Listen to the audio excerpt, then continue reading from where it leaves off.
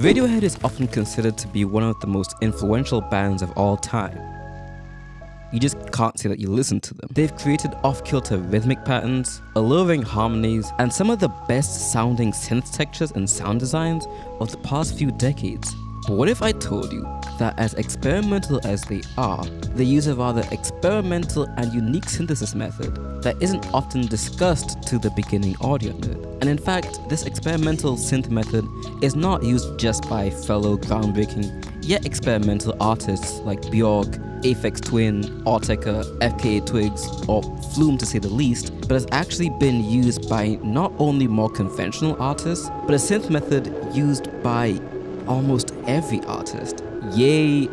Can I still talk about this guy? Imogen Heap, although this song is pretty out there. I didn't know how out there this song is. T-Pain, Sufjan Stevens, Tyler the Creator, Frank Ocean, Usher, The Weeknd. He even uses it more openly and have probably been used by many more artists ranging from country to K-pop. And it all starts with two simple tools: the time stretcher and the pitch shifter. See, pitch shifters and time stretchers use a certain synthesis method to craft its sounds. Before the age of digital pitch shifters on our system, the days of tape and yonder, there would only be one way to pitch a sound up, and that would be to speed it up. If we sped up a track to 2 times its regular speed, the track could go up an octave. Similarly, if we were to slow down a track by halving its speed, the track would go down an octave. And this would be the only way to pitch shift a sound, which is pretty limiting since you had to speed up a track even when you didn't want to. Similarly, if you wanted to make a track longer, you always had to lower the pitch. They would be interchangeable, and you couldn't get away from that. That was until the advent of the phase vocoder and the application of granular synthesis. Now listen, some may artistically have different definitions and approaches to what they consider granular synthesis to be. Shout out Curtis Rhodes. But if community college has taught me anything, is that you respect the academic work of people you admire and condemn it to the lowest degree if they disagree with your point. But just because we aren't making clouds of mystical sounds with our engine, that doesn't mean we're not using granular synthesis to time stretch each track. If I take in a track that's different BPM to whatever I have Ableton at, the automatic warp section is literally a granular engine. Like, look, it even has the same whole grain size option. Like, it's the same shit. Granular synthesis is all about dividing a track into little pieces of audio called grains. It's the same method pitch shifters use, although they call it frames over there. And while the size of the grains of a granular synth and the size of the frames of a pitch shifter might be different, grains being smaller and frames being larger, depending on the situation, this could flat out not be true, especially in real-time pitch shifting. The input gets a little bit of audio from the current buffer and your pitch shifter has to remember previous samples to know how to realign the new smaller sections all within a small buffer being sent to your speaker. There's a whole talk about it. It makes it like at least 3% less confusing. There's also this video which is about 4% less confusing. It's a confusing topic, okay? Pitch shifting without altering time, and for the sake of specificity on a single method, the phase vocoder has more going on with it, especially in the frequency domain. But you are still chopping up the audio into little segments, so I'm just saying. Time stretching, however, is one thing that could really just be achieved by using granular synthesis. Oftentimes the result of taking these grains and making little copies of each one to give the perception the sound is longer. And intuitively, to make a sound shorter, we can either just remove grains or overlap them. But in both cases of making a track shorter or longer, it's good to note the size of the grains and the number of grains we're manipulating, because those are the factors that determine if the result sounds convincing enough. It should still be noted, however, that a lot of time stretchers do incorporate a mixture of methods, so it might not just be granular synthesis. However, it still proves as the backbone for most of them, while also being the grandfather of this stretching technique. So, if you've ever heard a time stretch that sounds really textural and damn near ASMR-like really, it's usually the result of the artist going crazy with the granulation of said time stretch, and that time stretch being the result of a granular synthesizer. Other methods of time stretching and pitch shifting use a range of different techniques, some that also delve into the frequency domain. At that point, we aren't using granular synthesis really, as granular synthesis strictly deals with the timing of audio, i.e. the time domain, and not its frequencies. But for those of you who have used a granular synth before, if I tell you that even non-granular pitch shifters start off by dividing a track into multiple segments, how are some granular synths able to pitch shift those already small segments? And that's a topic for another video, but this video kind of explains it. And with the title thumbnail and intro like that, it might feel like I'm saying, well, actually, none of them use it. But no, that's not what I'm doing. My point here is, in audio, a lot of the fundamental tools we use, whether it be time stretching, pitch shifting, or even visualizing sound, it all starts by taking a piece of audio and dividing it into little pieces. It's a very common practice and isn't just relegated to Porter Robinson Air Candy. Although Air Candy is, I love that man. And like I said before, for a lot of time stretches, it starts off with a method that is essentially just granular synthesis, but due to limitations, it has to delve into the frequency domain. So if you're using a time stretcher that is delving into the frequency domain, it may have well just started off as a granular synthesizer or just a very specialized granular synthesizer, but a granular synthesizer nonetheless. As well as those little pieces being windowed by some function. I'm not going to explain what a window is properly in this video, since I'm going to talk about it in the next video. I do go over it a little bit on my Patreon, so like if you want to go check that out and support the channel, then you know. But just think of it as something that, when applied to a piece of audio, tapers its ends. So we start and end at 0. That means whatever we continue to do with our audio, we don't get any harsh clicks or jumps when mixed with another piece of audio, whether it be a frame or a grain. And that's kind of insane, because without the window, you wouldn't have a frame to be on the layer. Okay, I'm done. But let's go over some examples just to get a feel of what granular synthesis is, why it's fundamental in time stretching, why we eventually diverge from it, and also just show some of my favorite granular synth plugins. Did you make this a whole video just so you can mess around with plugin? There are also some genuine examples achieved by using granular synths and not just under the time stretching pitch shifting label from some artists, particularly The Weeknd and Sufjan Stevens, which we're going to take a look at as well. Okay, so we have a little project open here. This is a little project I'm working on, a little demo if you call it. Did I just peek? I would play it for you, but it's kind of ass, but it's also one of the greatest pieces of music of all time, and I don't want anyone to steal it. It's not copyrighted, so you could just take it and just do whatever you want with it. I can't let that happen.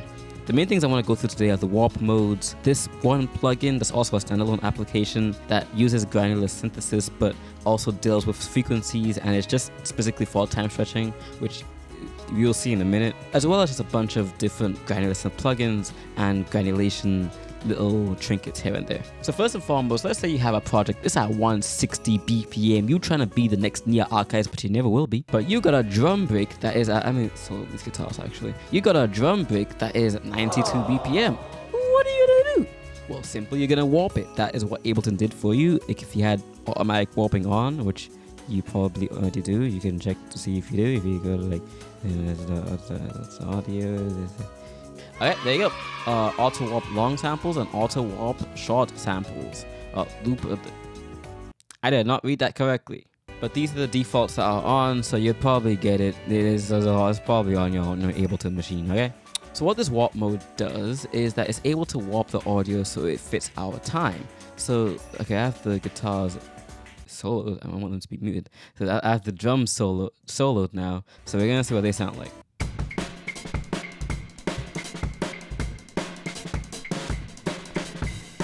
They fit the BPM, they fit the metronome. It fits the metronome, it's not the right BPM. How to do that? Warp modes.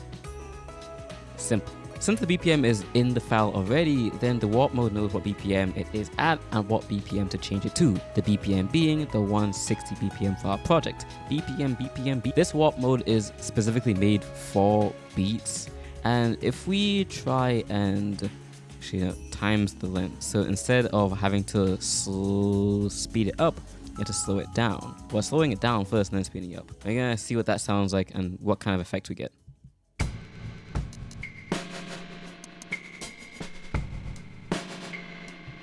Now, if you listen closely, you can hear that kind of repeated grains I was talking about earlier. As in, to get a longer sound, we just have to repeat some of the grains. Now, this warp mode is kind of doing a funny thing by elongating the sound, but also making the transients line up with the beats of the project here. It's good Ableton. Good warping.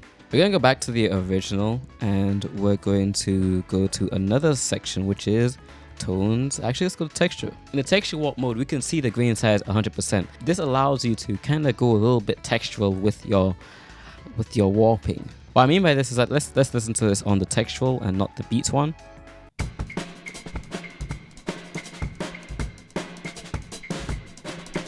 Sounds a little bit weird. Sounds a little bit grainy, right? Let's turn the grain size all the way down.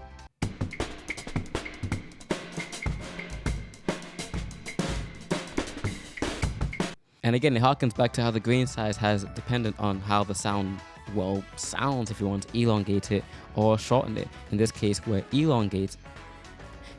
shortening it. So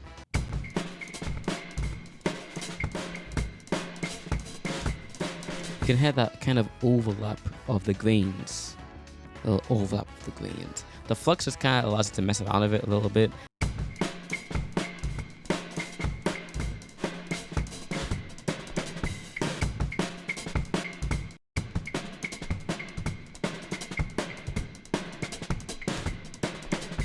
You can kind of go a little bit crazy with this, especially if you record it out and then just have that recorded thing, because you can't automate it, but you can record it out and, you know, have your own little. Let me see if I can speed on that.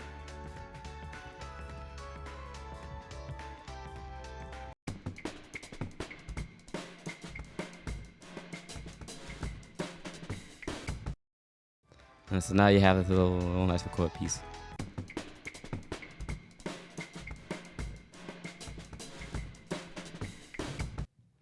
It's beautiful. It's warping, time stretching is granular synthesis. The other one, actually, let's look at that. Let's look at that. Vocals are kind of hard to time and sound correctly, at least compared to just pure beats. Standing in the rain, feather down in my brain. I was doing silly things just to make you look at me. Couldn't win the game, but Okay, so it's not in time at all. Standing in the rain, feather down in my brain. I was doing silly things just to make you look at me. Couldn't win the game, but I might try again if I learn my lesson, babe. It's a possibility. And I don't know if I'll see you again or if it's the end. I don't know. Standing in the rain, feather down in my brain. I was doing silly things just to make you mad. In between your red and blue, yeah, tell the truth, there's nothing to lose with. Okay, so it sounds a bit weird, you know. I mean, I don't know the actual BPM of it, so that would be a little bit helpful. But it sounds a bit weird right now. You then go to Complex Pro, which is really good for vocals, at least the best one for vocals, and that's because it actually delves into the frequency domain, like I said earlier. Standing in the rain, feather down in my brain. I was doing silly things just to make you look at me. Couldn't win the game, but I might try again if I learn my lesson, babe. It's a possibility. And I don't know if I'll see you again or is this the end. I don't know. Standing in the rain, feather down in my brain. I was doing silly things just to make you mad. In between red and blue, yeah, tell the truth, there's nothing to lose with. Already gone and it's late, so it's best that I be home. You told me to let go. In between red and blue, yeah, tell the truth. Sounds a lot better than. Standing in the rain, feather down in my brain. I was doing silly things just to make you look at me. Couldn't win the game, but I might try again if I learn my lesson, babe. It's a possibility. Sounds like Hatsune Miku. I'm recording this the day before this video is supposed to be coming out, so we're gonna test my editing skills.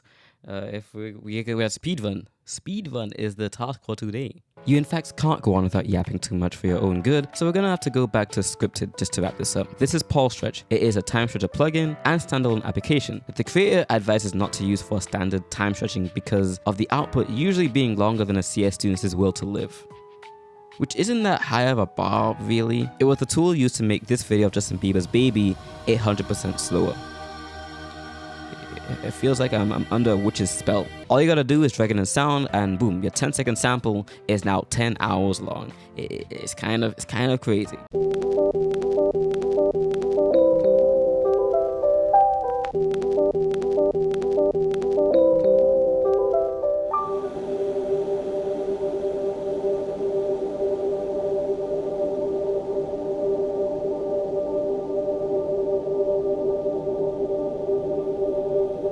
It's made by using a granular synthesizer and some FFT processing, at least according to some rough diagrams about its architecture. Now for the actual granular synth plugins. We've got 2 actual synthesizers and 2 plugins that just use granulation. As for the 2 actual synthesizers, gRainbow is great for getting started. It handles the creation of all the grains for you by using a machine learning algorithm, which admittedly the grain creation is a bit of a pain, especially when you're first starting out, which means that all you have to do is just make something that sounds good without having to worry about too many technicalities.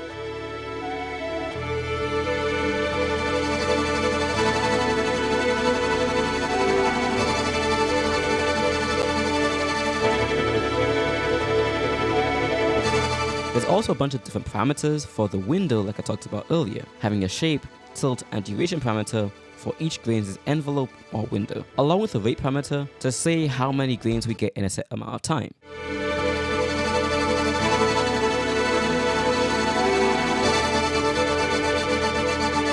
This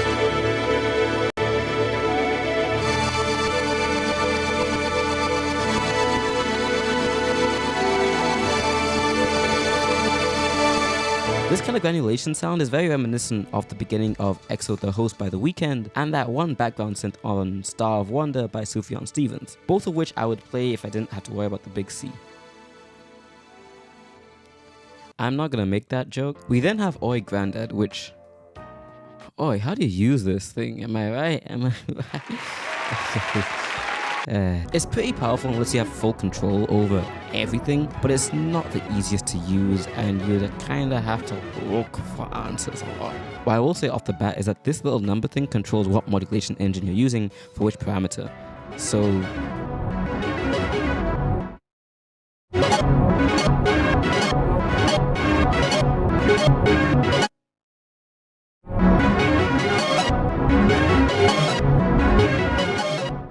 Our last two plugins are Emergence and Spacer. Emergence being a granular delay plugin, which acts as a delay but using grains, which gives a bunch of cool sounds.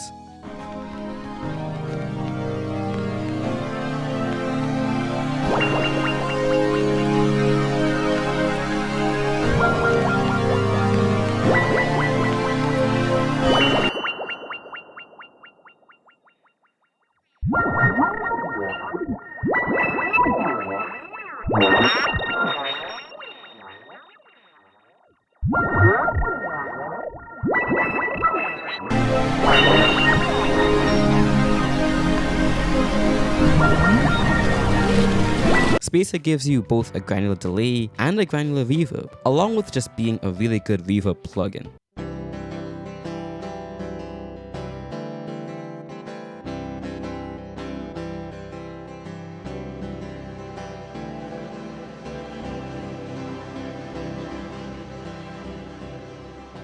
This plugin used to be priced, but is now free as the company that made it got dissolved, so go pick it up, now. Then now. These plugins are all free and are all linked in the description. If you want to see me incorporate these plugins into actual songs and actually learn a little on how to use Oi Grandad, then you can check out my Patreon links below. And although we stayed away from the frequency domain for most of today's video, I'd suggest watching this video on the discrete Fourier transform, as the next video is going to be delving into some deep stuff.